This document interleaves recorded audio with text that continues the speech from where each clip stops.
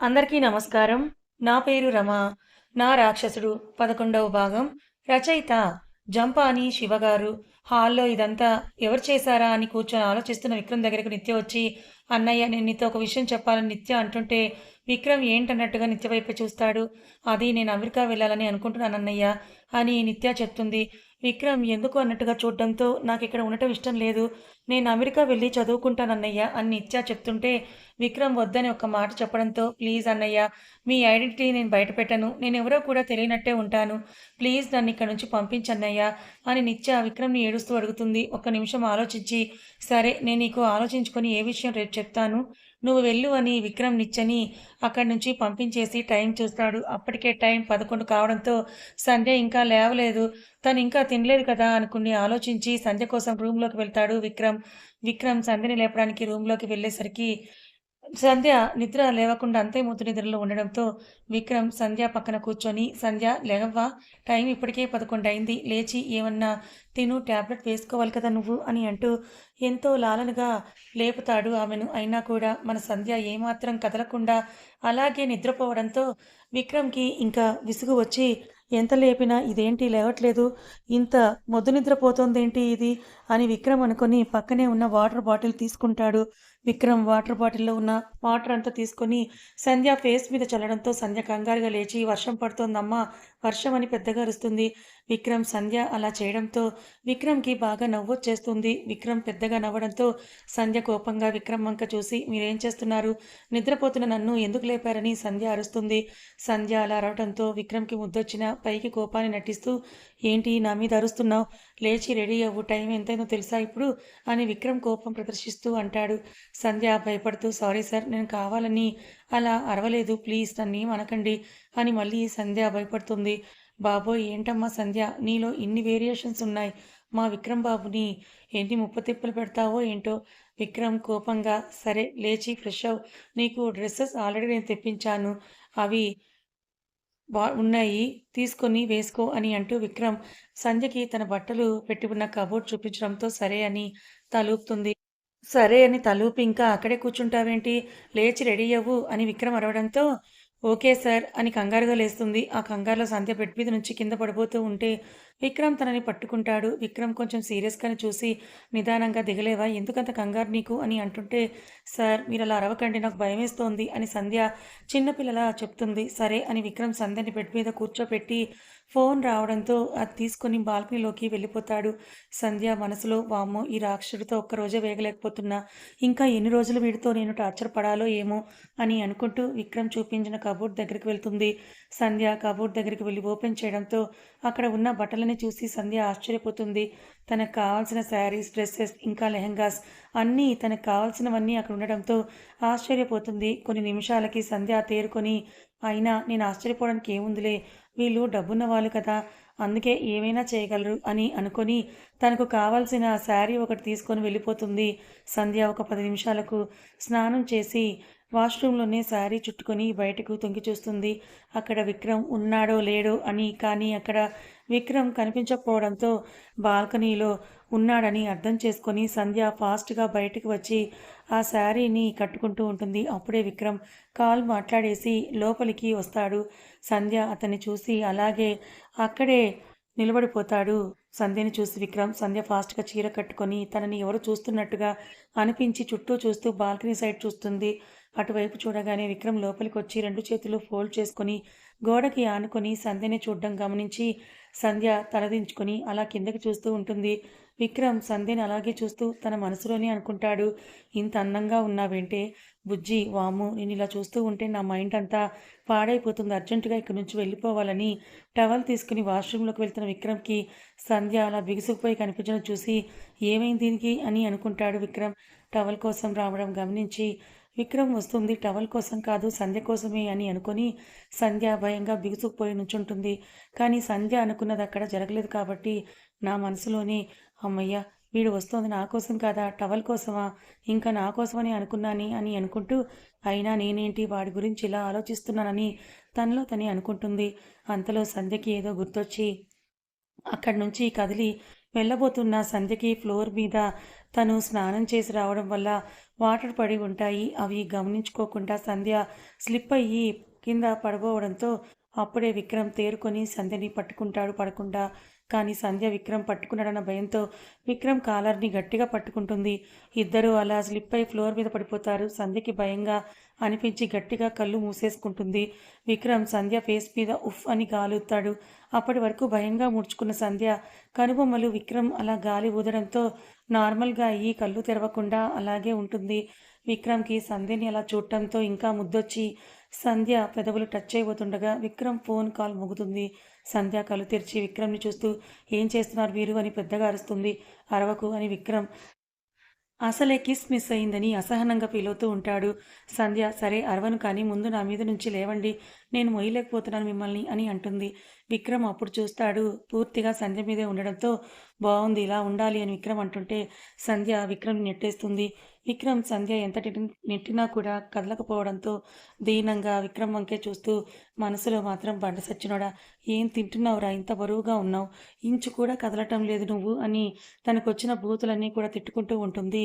తన లోపలే విక్రమ్ సంధ్య మనసులో మాటలు విన్నట్టే నేనేం తింటే నీకెందుకే, నీ సొమ్మేమన్నా తింటున్నానా నేను, నా సొమ్మేగా నేను తింటోంది అని విక్రమ్ కొంచెం సీరియస్గానే అనటంతో సంధ్య భయపడిపోయి నేనిప్పుడు ఏమన్నాను సార్, మీరు ఎందుకంత సీరియస్ అవుతున్నారు, నేను మిమ్మల్ని ఏమీ అనలేదు కదా అని సంధ్య అంటుంది. అవునా నువ్వేం అనలేదా, నువ్వేం అనకుండానే నాకు వినిపించిందా అని విక్రమ్ సీరియస్గా అడగటంతో సంధ్య నోట్లోనే గొనుక్కుంటూ ఏంటి నేను వీడి పైకి తిట్టేశానా, లేదే నాకు వినిపించలేదు, నేను వీడిని మనసులోనే కదా తిట్టుకుంది అని గొనుగుతూ ఉంటుంది. విక్రమ్కి అది కూడా వినిపించి ఏంటే గొనుగుతున్నావు, ఏదన్నా ఉంటే పైకే అను, అలా నీలో నువ్వే గొనుగకు, నాకు నచ్చదు అని విక్రమ్ అంటుంటే సరే సార్ మీరు ముందు లేవండి అని సంధ్య అంటుంది. సరే సారీ చెప్పు లేస్తానని విక్రమ్ అంటుంటే ఓకే సార్ సారీ ముందు లేవండి అని సంధ్య అంటుంటే అలా కాదు ముద్దివ్వు లేస్తాను అని విక్రమ్ అంటాడు. ఏంటి సార్ ఏం మాట్లాడుతున్నారు, నేను మీకు ముద్దు పెట్టడం ఏంటి, ముందు లేవండి ఇక్కడి నుంచి అని సంధ్య అంటుంటే విక్రమ్ నేను లేవను అని సంధ్య ఫేస్ని రెండు చేతుల్లోకి తీసుకొని తనకి ముద్దు పెట్టే టైంలో రూమ్ డోర్ పదే పదే మోగుతూ ఉంటుంది. ఇప్పుడు తప్పించుకున్నావే కానీ రేపు చెప్తాను నీ పని అని విక్రమ్ సంధ్యని వదిలేసి అక్కడి నుంచి వెళ్ళి రెండు విండో తీసి ఎవరొచ్చారో చూడు అని అంటాడు సంధ్యకి. చెప్పి విక్రమ్ వాష్రూమ్లోకి వెళ్ళిపోతాడు. సంధ్య కింద పడిపోవడంతో తన శారీ మొత్తం నలిగిపోయి ఉంటుంది. సంధ్య అదంతా సరిచేసుకొని మళ్ళీ నీట్గా శారీని కట్టుకొని నుదుటిన బొట్టు సరిగా పెట్టుకొని వెళ్ళి డోర్ ఓపెన్ చేస్తుంది. బయట ఎదురుగా గిరిధర్ గారు ఉండడం చూసి అంకుల్ అని అంటుంది. పర్లేదమ్మా మామయ్య అని పిలు, వాడికి నేను బాబాయ్ అవుతానని గిరిధర్ గారు చెప్పడంతో సరే మామయ్య గారు అని సంధ్య అంటుంటే సంధ్య మీకోసం ఎవరు వచ్చారమ్మా, నువ్వు రెడీ అయ్యేసి కిందకి రా అని గిరిధర్ గారు చెప్పేసి వెళ్ళిపోతారు. సంధ్య ఆలోచిస్తూ నా కోసం ఎవరొచ్చారు, కిరణ్ అన్నయ్య అయితే గిరిధర్ బాబాయ్కి తెలుసు కదా, కిరణ్ అన్నయ్య అని చెప్తాడు, మరి నా కోసం ఎవరొచ్చినట్టు అని ఆలోచిస్తూ అద్దం దగ్గరికి వెళ్ళి తనని తాను చూసుకొని నీట్గా రెడీ అయి తన పొడవాటి జడను లూజ్గా అల్లుకొని హాల్లోకి వెళ్తుంది. అక్కడున్న కిట్టుని చూసిన సంధ్య ఆశ్చర్యపోతూ కిట్టు అని పెద్దగా అరుస్తూ కిట్టు దగ్గరికి వెళ్తుంది. కిట్టు సంధ్య హాల్లోకి రావడమే సంధ్యని చూసి సోఫాల నుంచి లేచి అక్క అని ఎంతో సంతోషంగా ప్రేమగా పిలుస్తాడు. సంధ్య నిమిషం కూడా ఆగకుండా కిట్టు అని తన దగ్గరికి పరిగెత్తుకుంటూ వెళ్ళి కిట్టు ఫేస్ని రెండు చేతిలోకి తీసుకొని కిట్టు నుదుటి మీద ముద్దు పెట్టి ఎలా ఉన్నావురా, అసలు నేను నీకు గుర్తున్నానా అని అడుగుతుంది సంధ్య. కిట్టు బాధగా సంధ్యని చూసి ఎందుకక్క, ఎందుకు గుర్తుండవు నువ్వు, చిన్నప్పటి నుంచి నువ్వే కదా నాకు అమ్మ నాన్న చేసింది ఏది చెప్పలేదు, నేను నిన్ను సొంత అక్కలాగే అనుకున్నాను కదా, మరి నువ్వెందుకు నన్ను తమ్ముళ్ళ అనుకోలేదు అక్క, నేను నీ గురించి ఎంత వెతికానో తెలుసా, ఈ పెళ్ళి ఇష్టం లేదని నాతో ఒక్క మాట ఫోన్లో అయినా చెప్పొచ్చు కదా అక్క అని కిట్టు అంటూ ఉంటే సంధ్య ఏడుస్తూ అలాగే ఉంది. అయినా నువ్వు నన్ను సొంత తమ్ముడు అనుకుంటేనే కదా అక్క నేను పరాయివాణ్ణి అని అనుకున్నావు కదా, అందుకే నువ్వు నాకు ఏ కష్టం వచ్చినా చెప్పకుండా ఉన్నావు కదా అని కిట్టు ఏడుస్తూ అడుగుతాడు. లేదురా కిట్టు నువ్వు అలా అనుకోకు, నువ్వెప్పుడు నా సొంత తమ్ముడివే, అలాగే అనుకుంటాను నేను, ఇంకా నువ్వు నా ప్రాణం రాని సంధ్య గమనించి అక్క ఏంటి తలకి దెబ్బ ఏమైంది నీకు అని సంధ్యని అడుగుతాడు. అది చిన్న యాక్సిడెంట్ రాని సంధ్య చెప్తుంది. కిట్టు ఏడుస్తూ ఇంత పెద్ద దెబ్బ తగిలితే చిన్న యాక్సిడెంట్ అంటావేంటక్క, ఇప్పుడు నీకెలా ఉంది? అయినా నువ్వెందుకు విక్రమ్ సార్ వాళ్ళ ఇంట్లో ఉన్నావు? అని కిట్టు ప్రశ్నల మీద ప్రశ్నల వర్షం కురిపిస్తూ ఉంటాడు. విక్రమ్ అప్పుడే మెట్ల మీద నుంచి దిగుతూ, "అంత తొందరెందుకురా బామ్మర్ది? నీకు తెలుస్తుందిగా ఎందుకంత కంగారు పడతావు?" అని విక్రమ్ స్టెప్స్ దిగుతూ అంటాడు. విక్రమ్ మాటలు విన్న కిట్టు ఆశ్చర్యంగా అలాగే నిలబడిపోతాడు. విక్రమ్ కిట్టు ఎదురుగా వచ్చి నిలబడి సంధ్య భుజం మీద చేయి వేసి, "ఏంటో అడుగుతున్నావు? ఇప్పుడు అడగరా బామ్మర్ది, నేను చెప్తా నీకు" అని యాటిట్యూడ్‌గా విక్రమ్ చెప్తుంటే, కిట్టు ఆశ్చర్యంగా సంధ్య వంక చూసి, "అక్క, ఇక్కడ ఏం జరుగుతుందో నాకసలేం అర్థం కావట్లేదని" కిట్టు అంటాడు. సంధ్య మనసులోనే, "నాకు తెలిస్తేనే కదరా నీకు చెప్పేది. అయినా నేను ఈ రాక్షసుడితో పడలేకపోతున్నాను నేను. అంటే నువ్వడిగే క్వెషన్స్‌కి నేనేం చెయ్యాలో కూడా నాకు అర్థం కావట్లేదురా" అని సంధ్య తనని తానే తిట్టుకుంటుంది. పైకి మాత్రం అమాయకురాల్లాగా అయోమయంగా కిట్టు వంక చూసి, "కిట్టు, నీకు నిదానంగా అన్నీ తెలుస్తాయని" సంధ్య చెప్తుంది. కానీ విక్రమ్ సంధ్య మాటలకి అడ్డుపడి, "ఏంట్రా బామ్మర్ది, ఒక పక్క నేను నిన్ను బామ్మర్ది అని పిలుస్తూ ఉంటే నువ్వింకా ఏం అర్థం కానట్టలా పిచ్చిచూపులు చూస్తున్నావా?" అని విక్రమ్ సీరియస్‌గా అంటుంటే, "అది సార్, మీరు నన్ను అలా ఎందుకు పిలుస్తున్నారు?" అని కిట్టు ఆశ్చర్యంగా అంటాడు. విక్రమ్ ఈవిల్ స్మైల్‌తో, "మీ అక్కని పెళ్లి చేసుకుంటే నువ్వు నాకు బామ్మర్దివే కదరా!" అని విక్రమ్ యాటిట్యూడ్‌గా అంటూ ఉంటే, సంధ్య కోపంగా విక్రమ్ వంక చూస్తూ ఉంటుంది. కిట్టు ఆశ్చర్యంగా, "అక్కా, నిన్ను సార్ పెళ్లి చేసుకున్నారా? నేను వింటోంది నిజమేనా? మరి అమ్మా, నాన్న" అని ఏదో మాట్లాడబోతూ ఉన్న కిట్టుని సంధ్య కళ్ళతోనే వద్దు, చెప్పొద్దని చెప్పడంతో, "ఏంట్రా ఏదో చెప్తూ ఆపేశావు?" అని విక్రమ్ మాట్లాడుతూ సంధ్యని తీసుకొని వెళ్ళి సోఫాలో కూర్చోపెట్టి తన పక్కనే కూర్చుంటాడు. కిట్టి వచ్చినప్పుడే హాల్‌లో గిరిధర్ గారు, నిత్య ఉంటారు.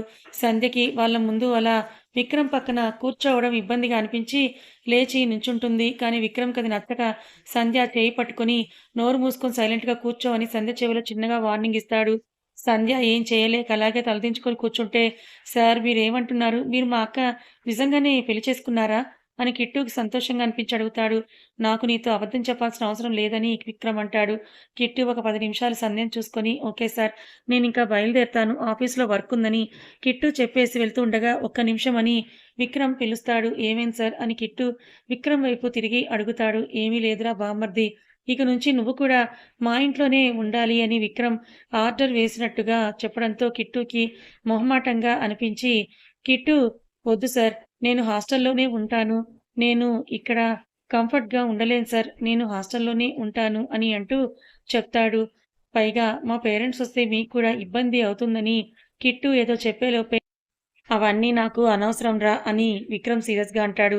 సంధ్య కూడా భయంగా అనిపించి, "పర్వాలేదు సార్, వాడు హాస్టల్‌లోనే ఉంటాడని" సంధ్య చెప్పడంతో, విక్రమ్‌కి సంధ్య అలా ఎందుకు చెప్పిందో అర్థం కాకపోయినా, "సరే మీ ఇష్టం, నాకు అర్జెంట్ వర్క్ ఉంది, నేను వెళ్తున్నా" అని అక్కడ అందరూ ఉన్నారని కూడా పట్టించుకోకుండా సంధ్య నుదిటి మీద ముద్దు పెట్టి విక్రమ్ ఫాస్ట్‌గా వెళ్ళిపోతాడు. కిట్టు కొంచెం సేపు సంధ్యతో మాట్లాడి, "ఓకే అక్క, నేను కూడా వెళ్ళొస్తానని" చెప్పేసి అక్కడి నుంచి వెళ్ళిపోతాడు. గిరిధర్ గారు సంధ్య దగ్గరికి వచ్చి, "సంధ్య, రా అమ్మా, టిఫిన్ చేద్దువు గాని" అని పిలవటంతో, "నాకు ఆకలిగా లేదు" అని చెప్తుంది.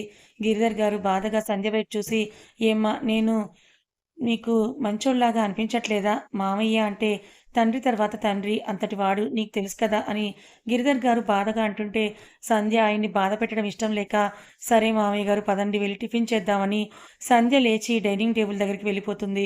నిత్య సంధ్యతో మాట్లాడాలని ఎంతో ఎక్సైట్‌మెంట్‌తో ఉంటుంది. గిరిధర్ గారు ఉండటంతో నిత్య ఏమీ మాట్లాడకుండా సైలెంట్‌గా తినేసి తన రూమ్‌లోకి వెళ్ళిపోతుంది. సంధ్య కూడా తినేసి అవన్నీ కిచెన్‌లో పెట్టబోతూ ఉంటే గిరిధర్ గారు సంధ్యని ఆపేస్తూ, "నీకెందుకమ్మా ఇవన్నీ? నువ్వేం చెయ్యొద్దురా, ఇక్కడ పనివాళ్ళున్నారు. అంతా కూడా వాళ్ళే చూస్తారులే. నువ్వెళ్ళి రెస్ట్ తీసుకో" అని సంధ్యని తన రూమ్‌లోకి పంపించేస్తాడు. రూమ్‌లోకొచ్చిన సంధ్యకి తన మొబైల్ రింగ్ అవడంతో ఎవరో అన్నోన్ నెంబర్ నుంచి కాల్ వస్తుందని లిఫ్ట్ చేసి, "హలో" అని అంటుంది. అవతల వైపు, "ఏంటి సంధ్య, పర్మనెంట్‌గా అక్కడ ఉండాలని ప్లాన్ చేశావా? నీకేం చెప్పానో గుర్తుందిగా? ఏంటి, నీ తమ్ముడు కూడా వచ్చాడు" అని అతను అడుగుతుంటే సంధ్య భయపడిపోతూ, "లేదు సార్, నేనలా ఏమీ అనుకోవట్లేదు. మీరు చెప్పినట్టే చేస్తానని" సంధ్య అంటుంది. "సరే, ఇప్పుడు నువ్వేం చేయొద్దు. నీకు నేను ఎప్పుడైతే చెప్తానో అప్పుడు నువ్వు ప్లాన్ అమలు చేయడం మొదలుపెట్టు. అప్పటి వరకు ఇంట్లో అందరితో మంచిగా ఉండు, సరేనా?" అని అతను కాల్ కట్ చేస్తాడు. సంధ్య బాధగా, "ఎందుకు దేవుడా, నాకే అన్ని కష్టాలు. అసలు వీళ్ళెవరు? నన్నెందుకు టార్గెట్ చేశారు? వీళ్ళ టార్గెట్ నేనేనా, లేదంటే విక్రమ్ సారా? నాకేం అర్థం కావట్లేదు. నా వల్ల వాళ్ళకి ఏ ఇబ్బంది కలగకుండా ఉంటే అదే చాలని" సంధ్య ఏడుస్తూ అలాగే నిద్రపోతుంది. విక్రమ్ ఒక ప్లేస్‌లో కార్‌ని ఆపి చుట్టూ చూస్తూ ఉంటాడు. అప్పుడే అక్కడికొచ్చిన కిరణ్, "ఆ అమ్మాయి దొరికిందా?" అని అడుగుతాడు. "లేదురా, తను ఈ రూట్‌లోనే వెళ్ళిందంట. ఒక కారులో నలుగురు కుర్రాళ్ళు వచ్చి తనని తీసుకుని వెళ్లారంట అని చెప్తాడు. అసలు మన బాడీ గార్డ్స్ ఏం చేస్తున్నారా? వాళ్ళు సరిగ్గా వర్క్ చేయట్లేదు. ఈ మధ్య అమ్మాయిల మీద అత్యాచారాలు, కిడ్నాప్‌లు చాలా ఎక్కువగా జరుగుతున్నాయి. కానీ మీరేం చేస్తున్నార్రా? అని అడుగుతాడు కోపంగా. కథ ఇంకా ఉంది. అసలు విక్రమ్, కిరణ్‌లు ఏం చేస్తున్నారు? వీళ్ళు ఏమైనా మాఫియా డాన్‌లా? లేక ఇంకేదైనానా? మరి సంధ్య ఎవరి వలలో చిక్కుకుంది? అసలతనెవరు? ఎందుకు సంధ్యకి విక్రమ్‌ని ఇలా బాధ పెట్టమని ఫోన్ చేస్తున్నాడు? తెలుసుకోవాలనుకుంటే ఛానల్‌ని ఫాలో అవ్వండి. కథ నచ్చితే లైక్ చేయండి. Thank you so much.